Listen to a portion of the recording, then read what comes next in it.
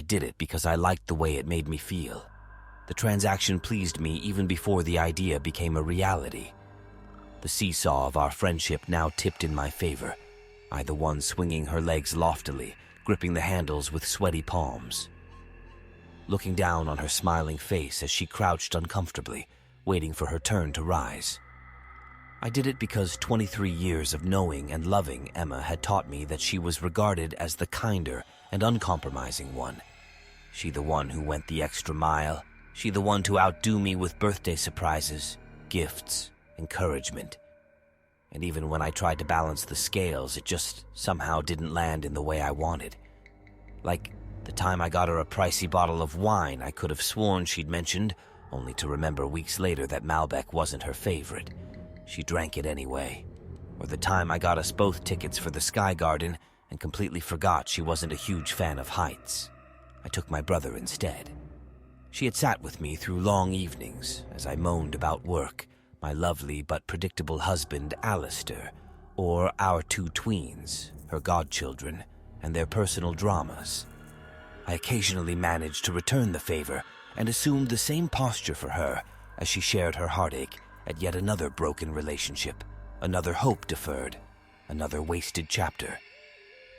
She would come round to mine after work, help me clear the kitchen, chat for a bit with whichever child of mine would reciprocate.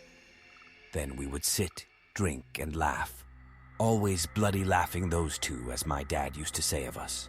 But more and more, the laughs turned to tears from Emma, the wretched admission of loneliness, the restless longing for motherhood.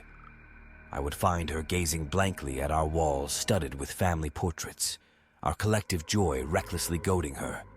I loved her, and in between the chaos of my life, I longed to be better, do better, for her. The idea to save Emma would begin as a germ, something I conceived following a radio interview. Then after that, a magazine article, 2 grinning faces, a baby in arms, a cameo of sacrificial love. I sent a link to Emma one sunny afternoon. I remember loitering over the send button for a good while. She called back within the hour, her voice swelling with emotion, great sobs flowing through the lines to me. I felt the waves of gratitude. I made jokes about Alistair's DNA, and was she completely sure she wanted it? I cried with her, made sure she could tell I was crying too, sharing it with her. Made sure she knew my arms were open, and this gift, his gift, was hers for the taking. And what would be, would be. We would take it step by step, approach the altar together, humble ourselves before the gods, and wait with bated breath to see if they were pleased with our offering. Then came the hurdles. Research. I made a file. Speaking with a clinician, understanding our rights. I even called a lawyer friend. Alistair was unsure to begin with, but noticeably did not fly off the handle. There was a chink, I could sense it. I started showering him with online testimonials, a book on the basics. We watched a movie which was strikingly relatable. It made us cry, and he started to get on board. He was always more altruistic than me, and I had to admit that his growing compassion for Emma and his determination to help was actually really attractive to me. But really, the final nail in the coffin was going round for dinner at hers, just the 3 of us. She cooked Alistair's favorite lamb tagine and had really gone to town, right down to little bowls of pomegranate seeds, flatbread, his favorite lager. Looking back, she had even gone to town on herself. She looked more radiant, more composed, better than I'd seen her for months. The grief of her singleness had been slowly desiccating her, and she'd kind of started looking older, though I never would have said it to her. She had even been favoring more comfortable, dated clothes that hung off her, shroud-like. But that night was different. She had clearly gone out to get new clothes, had her hair and nails done. She looked good, but more than that, her face carried something beautiful and bright, and it was hard to not keep staring at her. We ate more again, crept the conversation around the elephant in the room, and got through more drink than was good for us. Dessert came and went, again Al's favorite. By the time the coffee came out, which none of us really needed, we were cackling with laughter about some stupid anecdote. One of Alistair's colleagues was close to getting fired for his absolute lack of social skills. The evening itself closed in around us, and we were left with the inevitable. I had chosen to sit next to Emma so she wouldn't feel spare, out of habit, but it afforded me the chance to watch Al as she started breaking down, her words rushing out along with the years of longing. As she spoke, I couldn't help but be moved, and was prompted often to rub her back, her hand, her tears provoking my own. It was a familiar scene, one hunched in sorrow, unbothered now by appearances, and the other in a position of quiet giving, of comfort and empathy and tissues and tea. So it was interesting to me to finally observe Alistair's reactions. He was clearly moved, and his eyes never left her lovely face. The only times he locked eyes with me, I could feel him saying, "Now I understand." By the time it was midnight, we had all three of us come to a decision. Emma waved us off at the door after long goodbyes, eyes still wet, her whole person shimmering with hope and maybe a touch of fear. Alistair and I walked home, and through the talk between us, I could feel his brimming sense of achievement, his sense of wonder. He had deposited so much faith with his words alone, with a single promise. He was at times, I could see in the lamplight, actually smiling. I knew as only a wife could know that he was charged, illuminated by the power of his gift. And more than that he'd been touched by her brokenness, had noticed her new beauty. For myself, I was quiet mostly, taking it all in. I felt justifiably full in so many ways. I was experiencing that gorgeous elevation, my idea, my faith, my sacrificial gift. I hoped Al might notice my own illumination. And so it began. The initial donation was almost as easy as the promise. A clinic visit, more paperwork. A small tube passed from hand to locker to hand. A small tube with the world inside it, though to a passerby just off-white gloop. I was with M when his message pinged her. "Job done. You're going to be an amazing Mum X." She hadn't cried or anything, but we had celebrated lunch out. The message kept pinging in my own mind through lunch and that afternoon. He never used caps lock in messages. He must have sweated over what to say. The kiss at the end. That tiny black cross pinched my nerves somewhat. 35 letters, one kiss, a train departed. I was standing on a platform at the station when I had the first vision, as I came to call them. A scene of loveliness. Emma crouching, a full skirt billowed at her ankles, an expression of broad contentment on her face. Her eyes locked in love and wonder at the toddler staggering towards her open arms. And behind them both, a sanguine figure, one hand on hip, his own face mirroring hers, a perfect image of lost and found. I could feel those vibrations coming long before news came to us, and of course we were the first to know. I had hoped the news would break these mirages that stopped me in my tracks, but in reality, they didn't. The day we heard was the day the match struck the box, the tiny flame eager to swallow something whole. We had gone round with flowers, the best kind, the massive, overwhelming kind. Even the girls came, and there were tears then too. I did well, in retrospect.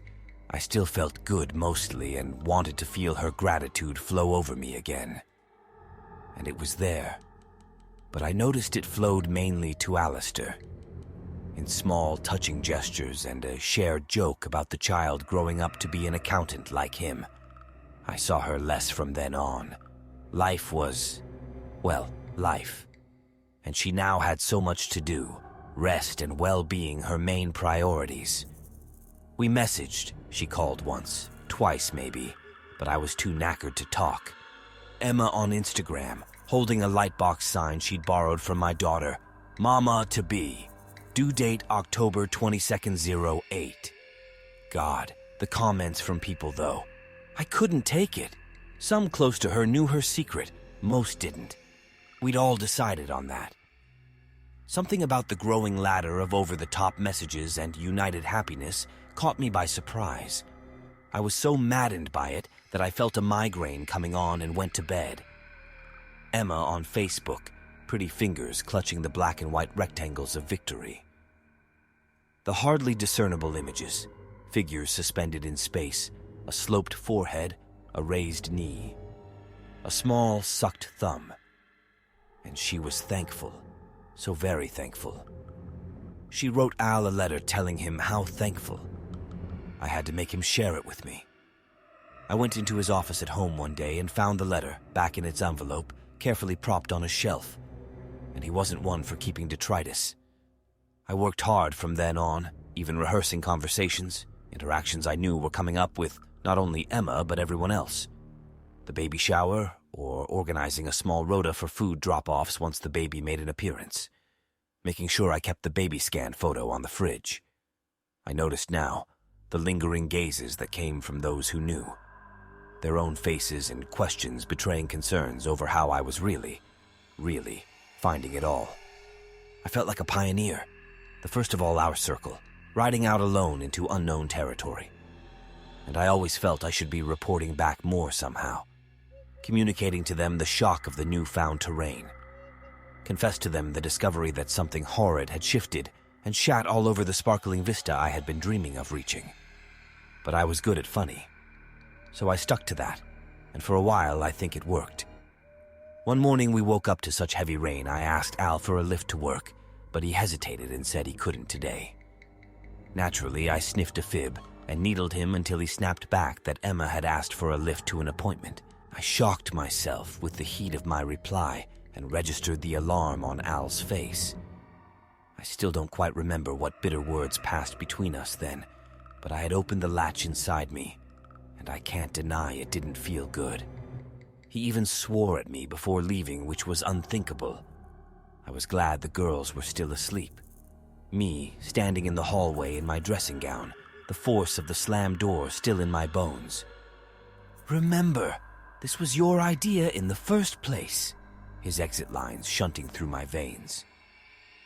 When I came home again much later, I scrolled through photos of my girls as my dinner spun in the microwave.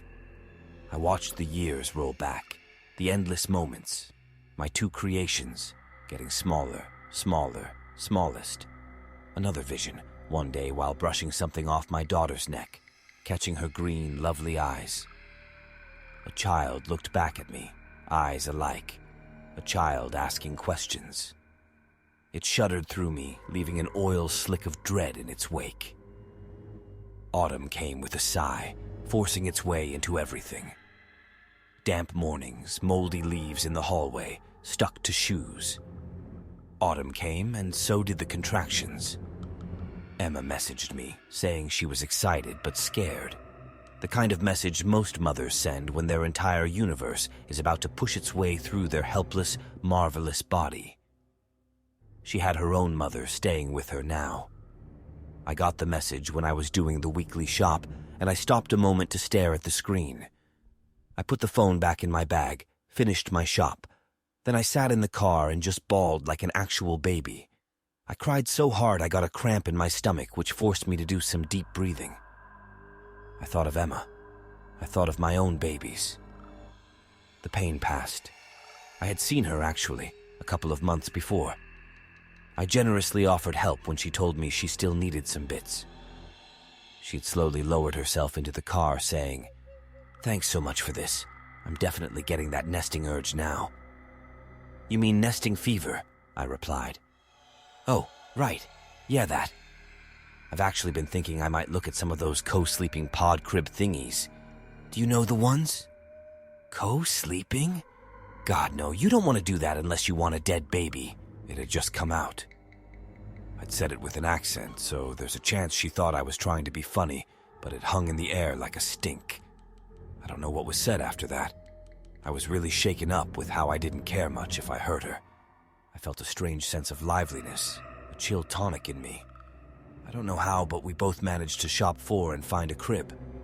She went for something old-fashioned in the end, said it reminded her of her granny or something like that. I was at the till with her when I found myself staring at the back of her head, her hair scraped into a dirty bun. Noticed the old eczema patches had returned back at her nape. "Stress," I said to myself. She was scrabbling in her bag for the right card, softly cursing. And then suddenly, out of nowhere, I just felt this tsunami wave of longing for her, for things to not have changed, for our younger, uncomplicated selves. Always bloody laughing, these two. I leant over, explained to the cashier I would be paying, despite her protests, and tapped my card with a dramatic flourish. A flourish to make the point that I wanted to demonstrate something that only two best friends could translate. I messed up. I'm here for you now. I'll get this. We drive past a playground on the way home. I find myself telling her she's doing so well.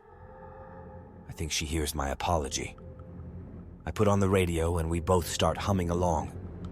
As I glance towards the park, I notice two children on a seesaw, one lifted high with legs akimbo, squealing with delight, and the other crouched with knees bent low, feet in the sand, ready to launch.